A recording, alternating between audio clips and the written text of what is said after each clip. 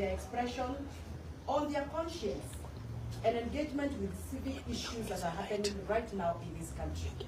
Instead of fostering an environment for dialogue, they were met with violence, causing distress, and among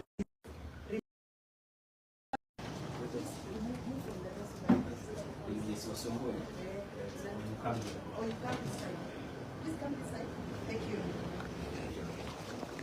Sorry for that. We are here to condemn the irrepressible use of tear gas on students from BUTERE Girls High School during a drama festival event. This is an appalling act of state brutality and a direct assault on the values of democracy and human dignity that we have fought for a long time in this country. To unleash chemicals on innocent school girls for simply expressing artistic truth is an right and an affront to the expression in this country.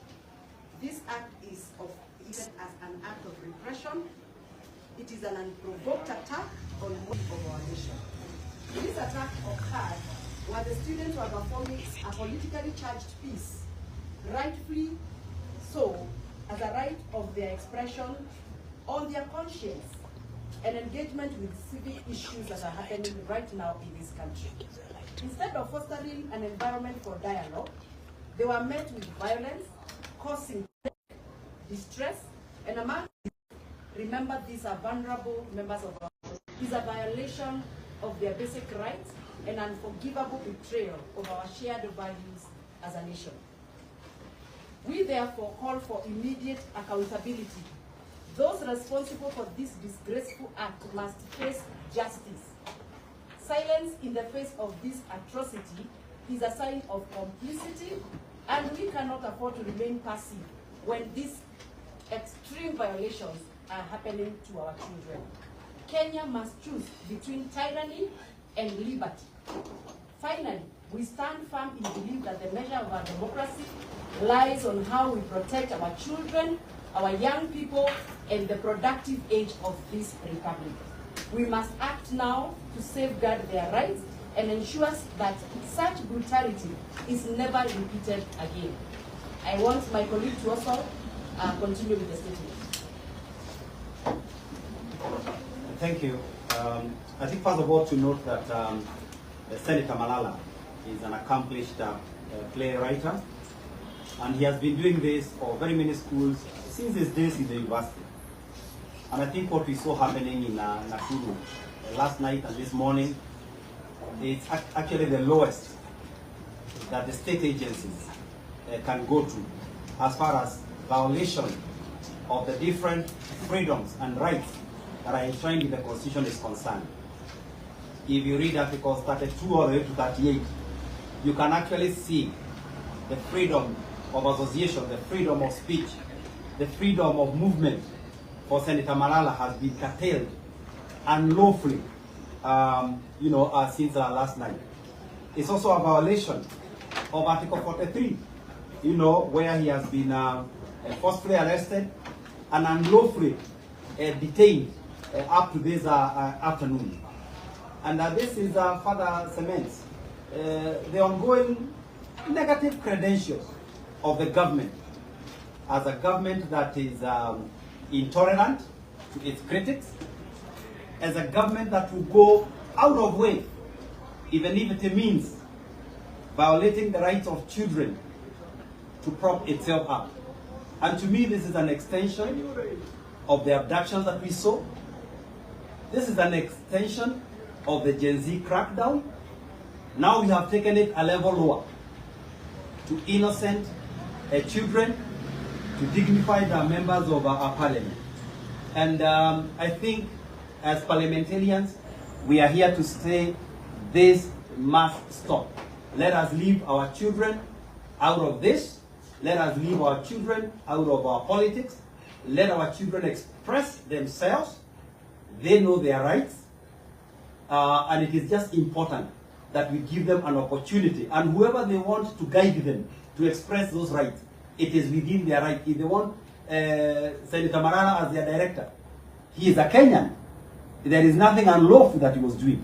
So being denied that opportunity, it just shows that this government has reached a point of intolerance that is actually unacceptable, and we call out the security agencies, we condemn this attack, and we say this must stop. Thank you. Our Senator. Thank you.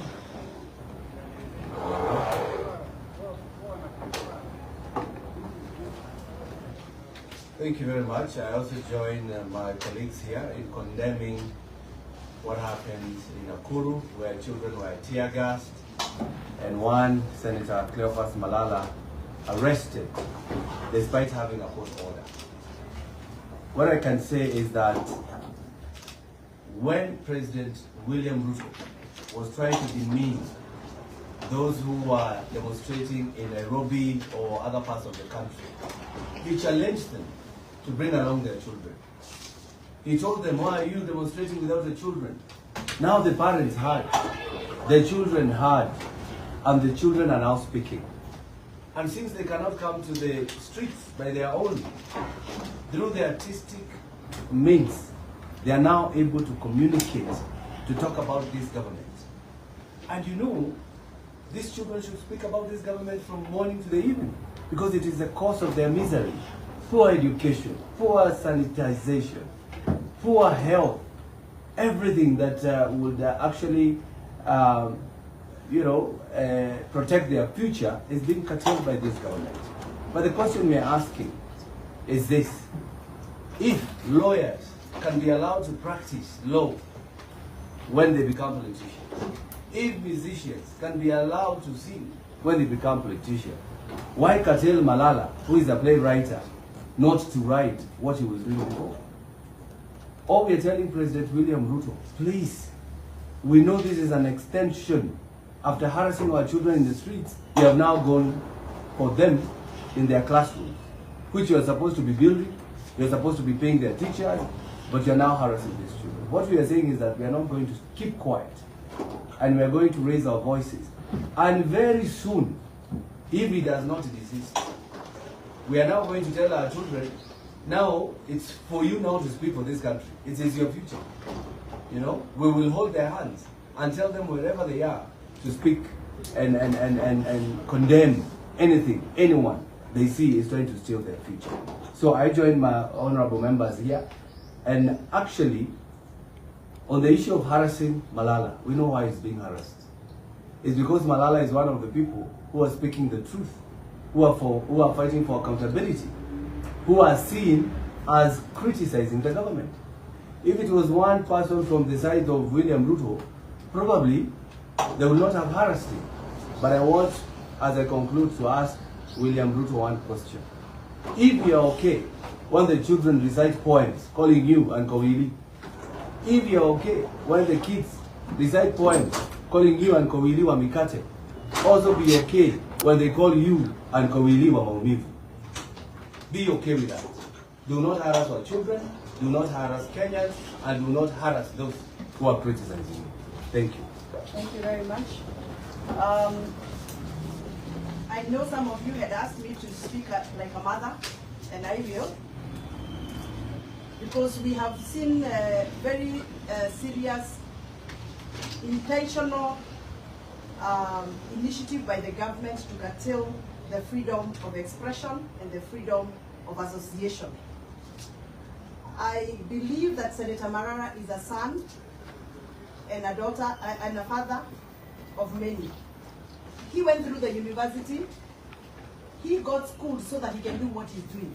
Actually, politics was an addition. Senator Marara is a professionally trained playwright, and he has all the rights to be involved in writing whatever he's trained to do. And by the way, Senator Marara did not start yesterday with BUTERE girls. You all know that for the last 3 years, all the winning skits in the national drama festivals have been associated with Senator Marara. You know that. And if you don't know, we should let you know. So what is this that Marara now has done that is arcing so much that our children, our girls have to sleep the whole night in a dormitory without food, without showering? Those girls confessed on TV that they didn't sleep well, they didn't eat last night, and they didn't shower as they went to perform their popular skit. Why must Must we go to this extent? On behalf of parents like myself, I must call out this government for what it has become.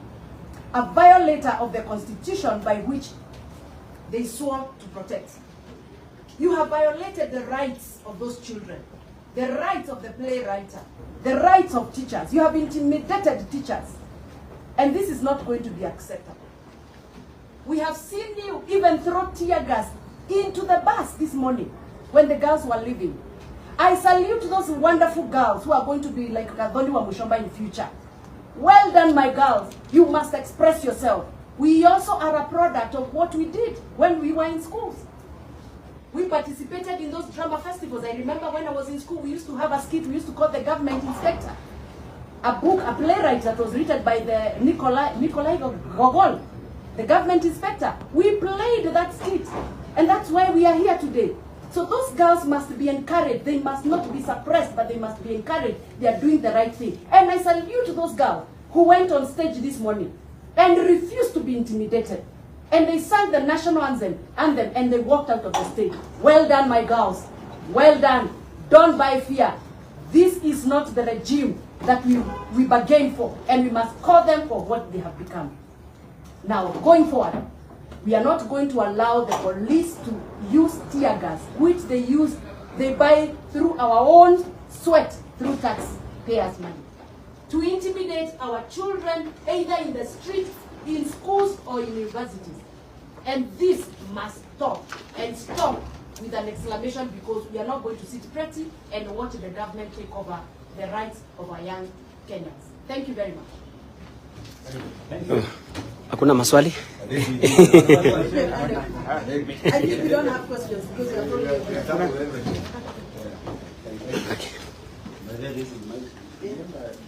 Okay.